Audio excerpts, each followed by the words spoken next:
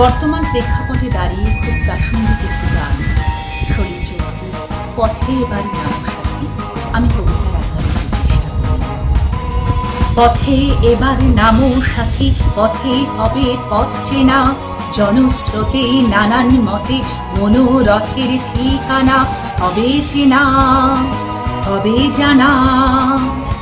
অনেক তো দিন গেল বৃথাই সংশয়ে, এসো এবার দ্বিধার বাধা পার হয়ে, তোমার আমার সবার স্বপন মিলাই প্রাণের মোহনায় কিসের মানা।